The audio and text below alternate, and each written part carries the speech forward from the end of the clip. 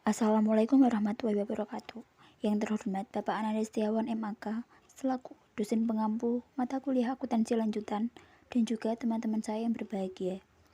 Sebelumnya, perkenalkan, kami dari kelompok 4 yang beranggotakan Aulaya Ambarokatina dengan NIM 6303 021 0061 dan Siti Al-Zahra dengan NIM 6303 021 0043. Kami akan memaparkan hasil diskusi kami tentang piutang wesel.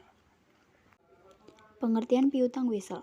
Piutang wesel adalah surat perintah dari satu pihak ke pihak lain untuk membayar sejumlah uang pada tanggal tertentu di masa yang akan datang. Piutang wesel dapat dipisahkan menjadi dua.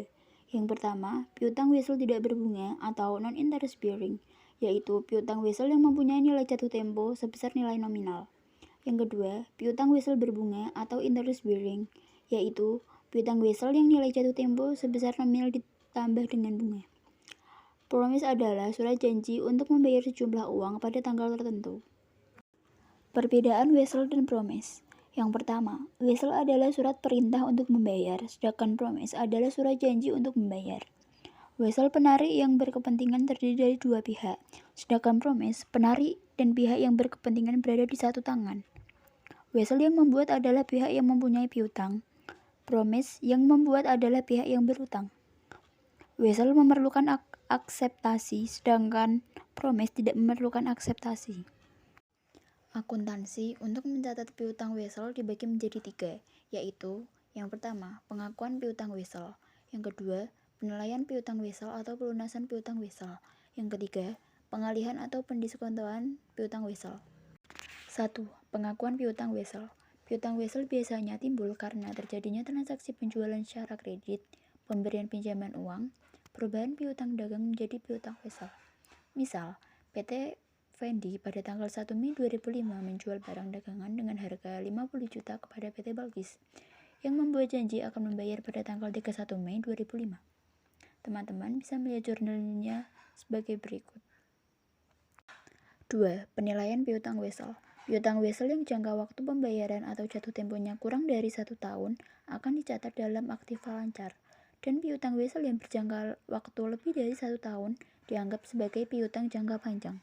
Piutang wesel dinilai berdasarkan jumlah yang diharapkan dapat ditagih atau net realizable value, dan pada prinsipnya sama dengan piutang dagang. 1. Penerimaan penyelesaian piutang wesel. 2. Piutang wesel yang tak dapat ditagih. 1. Penerimaan penyelesaian piutang wesel. Suatu wesel dikatakan dilunasi apabila wesel tersebut dibayar secara penuh pada tanggal jatuh temponya.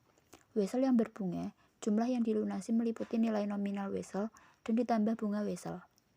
2. Piutang wesel yang tak dapat ditagih. Wesel tak dapat ditagih apabila wesel tersebut tidak dibayarkan dalam jumlah penuh pada tanggal jatuh temponya. Wesel yang tak dapat ditagih harus diubah menjadi piutang dagang. Materi selanjutnya akan dibawakan oleh teman saya yaitu Siti Al-Zahra. 3. Pendiskontoan piutang wesel. Mendiskontoan wesel adalah meminjam uang ke bank dengan menggunakan wesel sebagai jaminan. Bank akan memberikan pinjaman tetapi dikurangi dengan bunga yang diperhitungkan dengan selama jangka waktu diskonto. Bunga yang diperhitungkan ini disebut juga dengan diskonto. Syarat pendiskontoan wesel.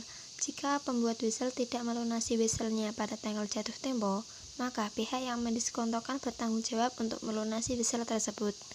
Bunga diskonto wesel dihitung dengan cara sebagai berikut. Bunga diskonto sama dengan nilai jatuh tempo kali tarif diskonto kali periode diskonto. Tanggal 1 Maret 1991 didiskontokan pada tanggal 26 Maret dengan diskonto 10%. Periode diskonto dihitung sebagai berikut. Tanggal 26 sampai 31 Maret sama dengan 5 hari, April sama dengan 30 hari, Mei tanggal jatuh tempo sama dengan 1 hari, periode diskonto sama dengan 36 hari. 1. Wesel tidak berbunga. Jumlah uang yang diterima pada tanggal 26 Maret 1991 adalah nilai jatuh tempo wesel 5 juta, diskonto 5 juta kali 10% kali 36 per 360 sama dengan 50.000. Uang yang diterima menjadi 4.950.000. Jurnal yang dibuat pihak yang didiskontokan wesel untuk mencatat pendiskontoan wesel di atas adalah kas 4.500.000, biaya bunga 50.000, piutang wesel 5 juta, untuk piutang wesel didiskontokan. Wesel berbunga, misalnya wesel di atas berbunga sebesar 12% setahun dan diskontokan dengan diskonto sebesar 10% setahun. Jumlah yang diterima pada tanggal 26 Maret 1991 adalah nilai nominal wesel something 5 juta, bunga 12% kali 2 per 12 kali 5 juta sama dengan 100.000. Nilai jatuh tempo wesel menjadi 5.100.000 rupiah. Diskonto sama dengan 5.100 kali 10% kali 36 per 360 sama dengan 51.000. Uang yang diterima menjadi 5.049.000 rupiah. Jurnal yang dibuat pihak yang didiskontokan wesel untuk mencatat pendiskontoan wesel di atas adalah kas 5.049.000 rupiah, piutang wesel 5 juta rupiah, dan pendapatan bunga 49.000 rupiah. Penentuan tanggal jatuh tempo. Saat jatuh atau tanggal harus bayar sebuah surat wesel ada 3 cara. 1. Atas tagihan, artinya pihak tertarik akan membayar wesel pada saat ditagih oleh pemegang wesel. 2. Pada tanggal tertentu, artinya tanggal jatuh ditulis eksplisit dalam surat wesel. 3. Pada akhir masa tertentu. Contoh piutang wesel. Perusahaan A menjual mesin ke perusahaan B seharga $300 dengan pembayaran jatuh tempo dalam waktu 30 hari. Setelah 45 hari tidak dibayar oleh perusahaan B, kedua belah pihak setuju bahwa perusahaan B akan menerbitkan wesel bayar untuk jumlah pokok $300 dengan tingkat bunga 10% dan dengan pembayaran $100 ditambah bunga jatuh tempo pada akhir setiap bulan selama 3 bulan ke depan. Sebagai alternatif, wesel dapat menyatakan bahwa jumlah total bunga yang harus dibayar bersama dengan pembayaran pokok ketiga dan terakhir sebesar $100. Dalam contoh ini, perusahaan A mencatat jurnal piutang wesel di neracanya, sedangkan perusahaan B mencatat jurnal wesel bayar di neracanya. Nilai pokok adalah $300, $100 harus dibayar setiap bulan. Selain itu, tingkat bunga atas wesel yang disepakati adalah 10%. Komponen utama dari piutang wesel. 1. Nilai pokok adalah nilai nominal wesel. 2. Pembuat adalah orang yang membuat catatan dan oleh karena itu berjanji untuk membayar pemegang catatan. Bagi pembuatnya, wesel tersebut diklasifikasikan sebagai wesel bayar. 3. Penerima pembayaran adalah orang yang memegang wesel dan karena itu akan menerima pembayaran dari pembuatnya. Bagi penerima pembayaran, wesel tersebut diklasifikasikan sebagai wesel tagih.